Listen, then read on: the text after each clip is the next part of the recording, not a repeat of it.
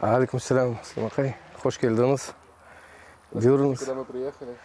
Так, сіз келдіңіз Татаровкаға, то есть Тарасовкаға. Фасовский район, вот, мында яшаймыз. Пожалуйста, мечеть Кучук-Джами. Во дворе мечети Кучук-Джами. Маленькая мечеть. Почему маленькая, почему Кучук? Айтером тоже.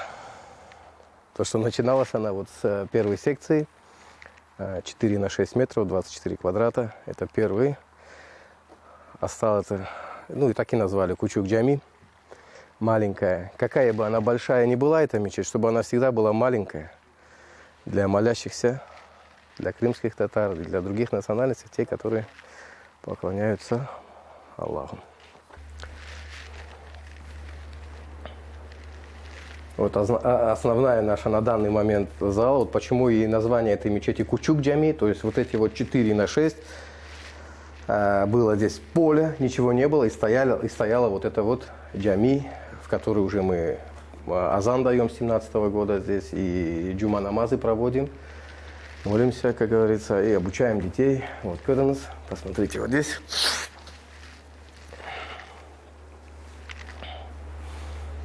Это сейчас уже кондиционеры, как бы все это, а тогда все было намного проще, но основной функционал мечеть выполняет уже с 17 года. То есть мы не ждали, пока там она будет супер украшена, разукрашена. Есть место для молитвы, сухо, хорошо, место для омовения. Все, мы как бы сильно на большее уже не заморачивались. 17 марта 2017 года здесь началось строительство.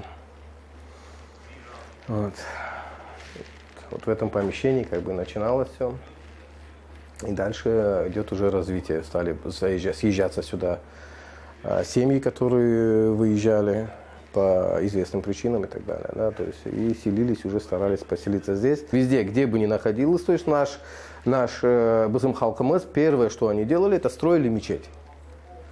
По сунне пророка, саллаллаху. Мы тоже последовали этому примеру. Не стали изобретать велосипед. Первое, построили мечеть. Сюда здесь берекет идет. Сюда здесь тянутся люди, тянутся сердца. Тянется благо. Все оно здесь вокруг. И вот так мы и начали. То есть, конечно же, основываясь на практику Тиделерымыздың, Харбабаларымыздың япайдылар. Первое, мы знаем, что при высылке, что первое брали? Первое брали с собой Коран, не оставляли Коран. Вот с этим, это наша конституция, это наша основа, по которой мы живем. Все, вот это то, что нас сподвигало на это. Вот. То есть мы не стали строить, хотя были разногласия, давайте построим свои дома сначала, потом построим мечеть. Мы все-таки оставили свое на потом и начали с мечети, и это был тот единственный правильный шаг, который вот посредством которого привлеклись, то есть поехали сюда люди, открылась это Тарасовка для крымских татар. Вот сторона Киблы, михраб, мы уже 2 байрама, по-моему, в 21 году мы Ораза байрам и Курбан байрам уже здесь молились. Окна так позакрывали, чем могли. Постелили здесь ковры, подвели колонки, женщин расположили в первой секции и полноценно отмолились в этом, да. Еще крыши не было, ничего, монолит залили. И, как говорится, уже мунда Аллаху Акбар айтып намаз кылдык. Так, вот это вторая зала наша с видом на Татаровку. Вот. Здесь библиотека планируется у нас. Уже санузла не будет? Нет, санузел же внизу достаточно. Угадарлых. Да, здесь библиотека, может, кабинет имама. А тогда все, это первый этаж можно запаковать? Ну да, я же к этому. Черновую отделку сделать? Махайтол у нас. Чуть по этим, наверное, тяжело вам будет. О, как здесь хорошо. Да, вот здесь планируем этот. И еще выше уже, наверное, тяжело вам, а я к ним буду подниматься. Вот. Здесь кабинет, может быть, библиотека, кабинет имама или библиотека. Вот. Кстати, о местных жителях. То есть сначала они очень с опаской. Как выяснилось, что bizim halkımızın украинскler bilmediler. То есть до начала нашего переселения на материк нас не знали, кто мы такие. Если, может быть, где-то в армии там, или где-то там встречались, может быть, так точечно. А в основном нас не знали. И biz mında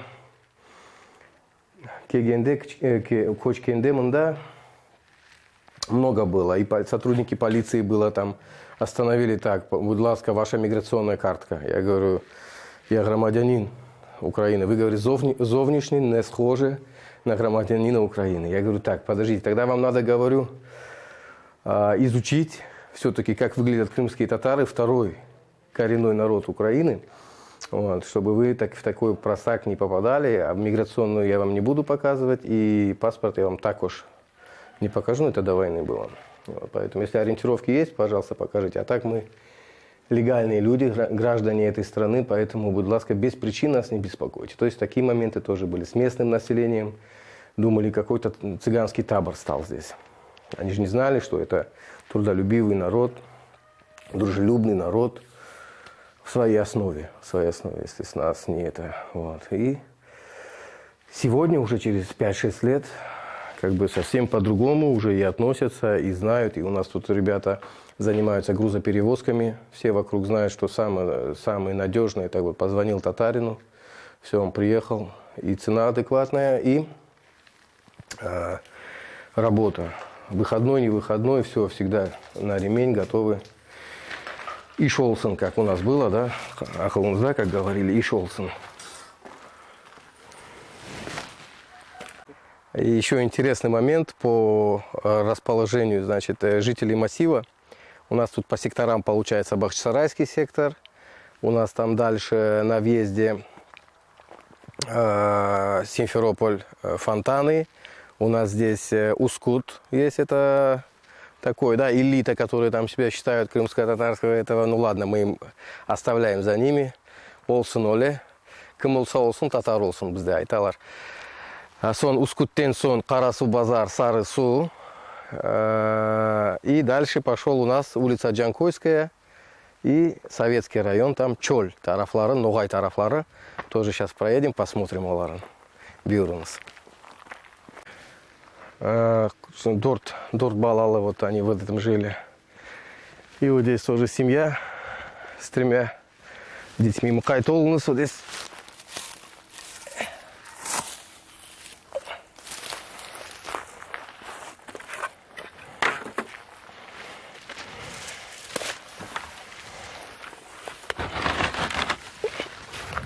Почетный житель нашей Татаровки — это Фикрет Ага. Вот он здесь, такую фазенда его, мы у него в гостях, можно сказать. Барашки, козочки.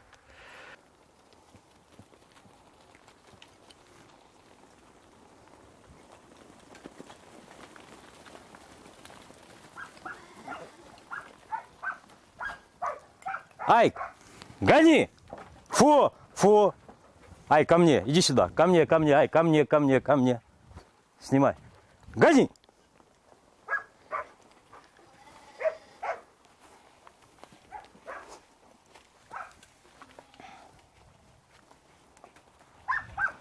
Вот у меня помощник пастуха.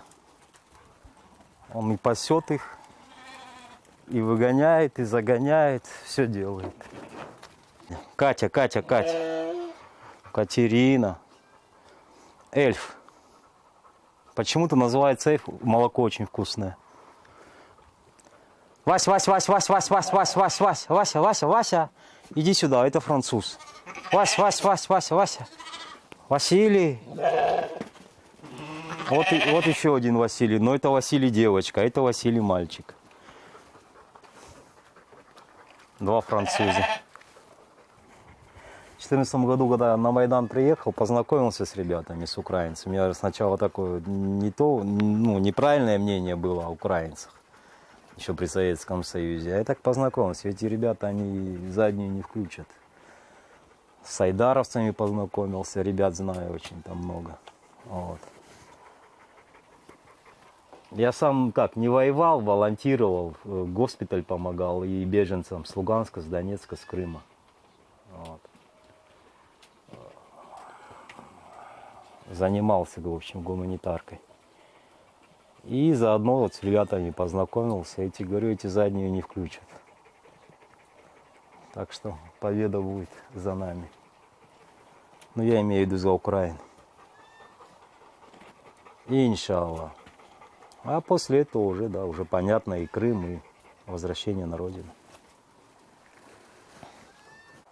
Кисенюнька. Это охранница, которая охраняет от мышей и от крыс. Маленькая еще.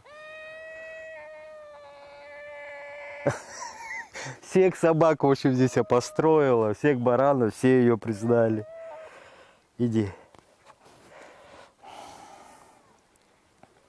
И у меня насыщенная история. У меня были взлеты, падения, потом снова взлеты, падения. Я в Крыму председатель религиозной общины был у себя в селе. До того, как сюда приехать. Вот эти 14-й год, ну это то, что я тебе говорил, что на Майдане. Вот. Потом сюда приехал. Вот последнее вот это вот время, сколько? Ну, считай, чуть больше года. Расскажите здесь во время Курбан-Байрама, что происходило? Ну как что, праздник? Что может на празднике происходить? Праздник, ритуал, обряд, жертвоприношение. Помогали мусульманам, братьям, чтобы они его справили. Вот. Где-то 150 барашек у нас в этом году, машаллах. До войны, конечно, больше было в нашем 8, до 400 барашек. Но в этом году ничего, альхамдулилля. Вот так вот. Вот такими делами занимаемся. А что еще интересно? Не тяжело такое количество, за таким количеством скота наблюдать? Организация. Если все правильно организуешь, можно и 1000, и больше. Как бы это неограниченное количество. Вот. Территория позволяет. Вот. Ну и понятно, все от себя зависящее надо делать. Вот. Хотите вернуться в Крым? Крым на родину, к родственникам, да, кто не хочет, конечно, хочу. Вот. Ну, на сегодняшний день, наверное, так не получится так, как я хочу. А как бы вы хотели? Я бы хотел бы, чем быстрее, тем лучше. Как еще? Вот. Все родственники там остались. Вот. Двоюродные, родные. Хотелось бы повидать. Сейчас эта война, насколько она затянется, неизвестно. Так что вот так. Все зависит, как ситуация поменяется и в какую сторону. То есть от Аллаха все зависит. Как это все выровняется. Но для нас в любом случае это хайр. В любом случае слава Аллаху. В любом случае. Вот уже 52 года. В Киеве, я уже говорю, считай, с 2014 года. Это сколько получается? 9 лет. Ну ничего, альхамдулилля. Расскажите, как вы приехали в Крым? В Крым. Это в Крым без Беговата, то есть Беговата, Узбекистан, где мы находились в выселке со своим народом в 91-90 году. Мы приехали в Бахчисарай. Вот. Мне было на тот момент 10 лет. Я учился в 5 классе. Перешел сразу сюда, в нашу школу среднюю, Бахчисарайскую, в 6 класс, как говорится. И там уже я услышал, что, оказывается, мы предатели на своей земле. Вот. И вернулись сюда, как бы, да, и что нам здесь не рады. То есть это уже от учителей, от ребят, которые еще не знали, кто такие крымские татары. Мы уже начали это слышать буквально через короткое время после переселения. Ну, потом. Так, кстати, и не поменялось это мнение о нас.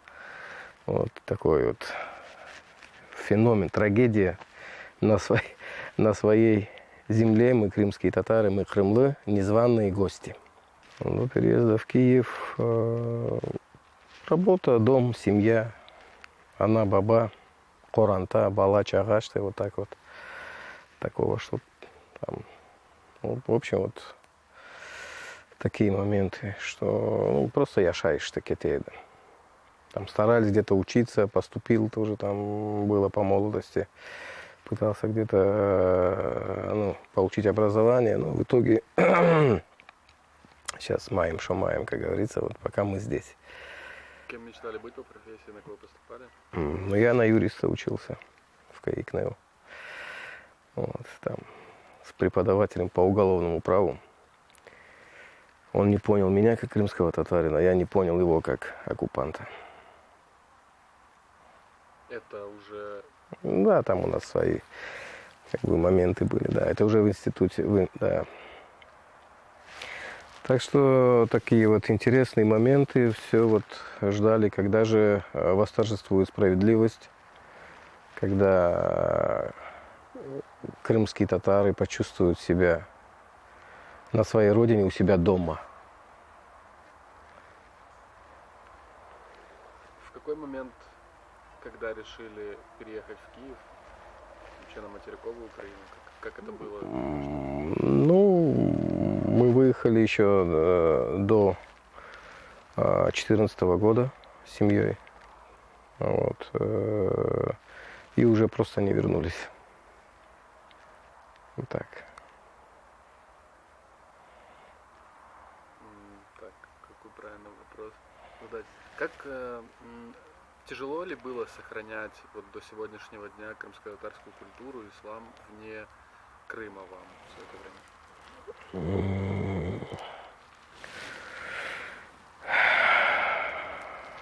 Ну, вся наша жизнь это экзамен, мы же знаем, как мусульмане, мы понимаем, что наша жизнь это экзамен, и на экзамене легко никогда не бывает. То есть всегда приходится проявлять терпение, проявлять мудрость, надеяться, что когда-то все изменится.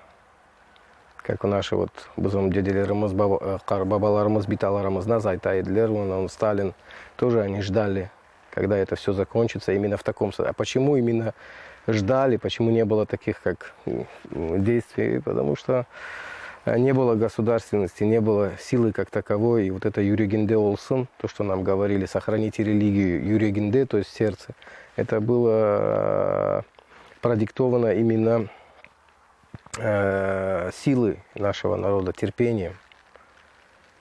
Сабырым тобы саралтын. То есть мы ничего, кроме терпения, не могли проявлять. То есть мы не могли проявить силу, потому что постоянно народ в гонении, постоянные уничтожения, постоянные выселки, постоянно ты где-то не на своей земле.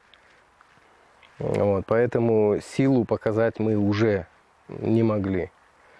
И мы проявляли терпение, прекрасное терпение, и надеемся, что все-таки в скором времени все станет на свои места. Крымские татары сильная нация, по-вашему? Конечно. Почему? Сила именно в большом терпении, огромном терпении. И если, может быть, внешне сегодня думают, что где-то там в Крыму уже крымские татары как-то приспособились, что на самом деле каждый внутри знает, что он хочет, знает истину и ждет, когда же она восторжествует. Мы раз уже вернулись в Крым, но без языка, без религии вернулись мы в свои края. Дедов наспех схоронили и опять в бега. С верой, что вернемся, только вот когда. Сау олыңыз.